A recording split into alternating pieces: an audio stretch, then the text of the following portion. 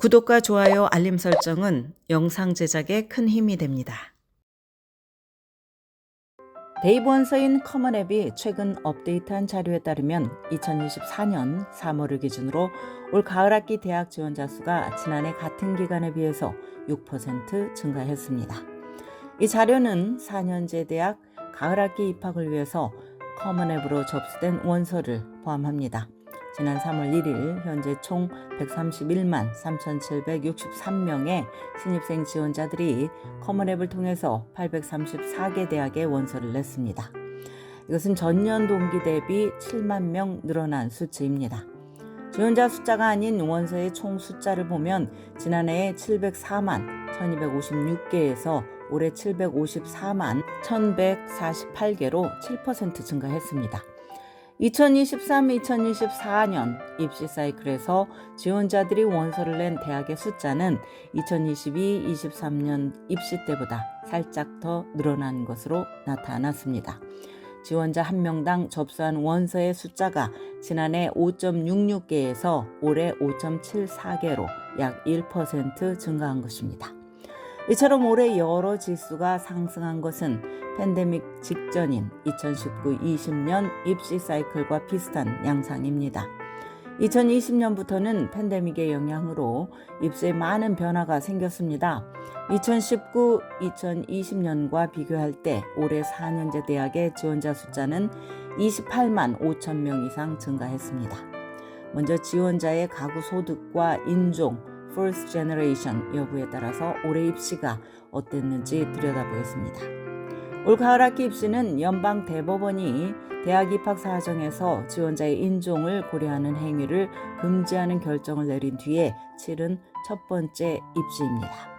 커먼앱에 따르면 대입에서 불충분하게 대표되는 소수의 그룹은 흑인, 히스패닉, 아메리칸 인디언, 알래스카 원주민, 퍼시픽 아일랜드 등입니다.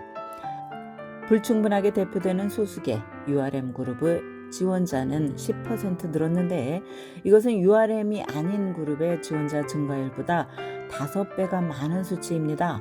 URM 그룹 중에 가장 규모가 큰 그룹은 흑인과 히스패닉으로 흑인 지원자는 9%, 히스패닉 지원자는 10% 각각 증가했습니다. 반대로 백인 지원자 숫자는 단지 1%가 늘었습니다. 짚코드에 근거해서 중간소득 이하 거주지역에 사는 학생들이 지원한 비율은 10% 증가했는데 이에 비해서 중간소득 이상의 거주지 학생들의 증가 비율은 3%에 그쳤습니다. 커먼앱 수수료 면제 자격을 갖춘 학생들의 숫자는 13% 늘었고 커먼앱 수수료 면제 수혜자가 아닌 학생들의 숫자는 2% 증가했습니다. 직계가족 중에 처음으로 대학에 진학하는 First Generation 지원자는 4% 증가했습니다. 이에 비해서 First Generation이 아닌 지원자의 증가율은 7%로 더 높았습니다. 외국인 유학생 지원자 증가율은 13%로 미국 내 지원자의 증가율인 5%를 크게 웃돌았습니다. 특히 다음 국가들에서 가장 빠른 증가세를 보였는데 가나 출신이 93%, 아프가니스탄이 61%, 몽골리아가 57%, 우즈베키스탄이 43% 각각 증가했습니다. 두 번째로 지역적 차이를 살펴보겠습니다. 미국의 모든 지역에서 지원자가 늘어났지만 특히 남서부주에서 17% 이상의 증가율을 보여 같은 기간 다른 지역보다 훨씬 두드러졌습니다. 이에 비해서 뉴 잉글랜드 지역의 주들에서는 가장 낮은 1%의 증가율을 보였습니다. 세 번째로 대학별 차이를 보겠습니다. 지난해 커먼앱을 통해서 공립대학에 접수된 원서의 비율이 10% 증가한 데 비해서 사립대학에 접수된 원서는 5% 증가했습니다. 입시에서 신입생 선발 기준이 얼마나 까다로운지 여부도 증가율에 영향을 미친 것으로 나타났습니다. 합격률이 25% 이하인 대학에서는 원서의 증가율이 3%로 가장 낮았습니다. 이에 비해 합격률이 75% 이상인 대학들은 원서 증가율이 10%로 가장 높았습니다. 네 번째는 표준시험 점수에 대한 분석입니다. 2019-2020년 입시 사이클에서 커먼앱으로 원서를 받는 대학들의 55%가 표준시험 점수를 요구했습니다. 그러나 팬데믹을 거치면서 2021-2022년 입시에서는 표준시험 점수를 요구하는 대학의 비율이 5%까지 급락했습니다. 2023-2024년에는 커먼앱을 받는 대학 중에 겨우 4%만 시험 점수를 요구한 것으로 나타났습니다. 표준시험 점수를 제출한 지원자의 비율은 2019-2020년 입시에서는 76%였지만 올해는 45%에 그쳤습니다.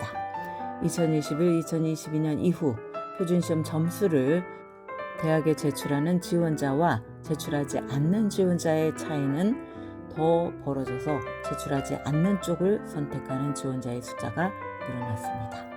올해는 점수를 내지 않는 지원자가 9% 늘었고 점수를 낸 지원자는 1% 늘었습니다.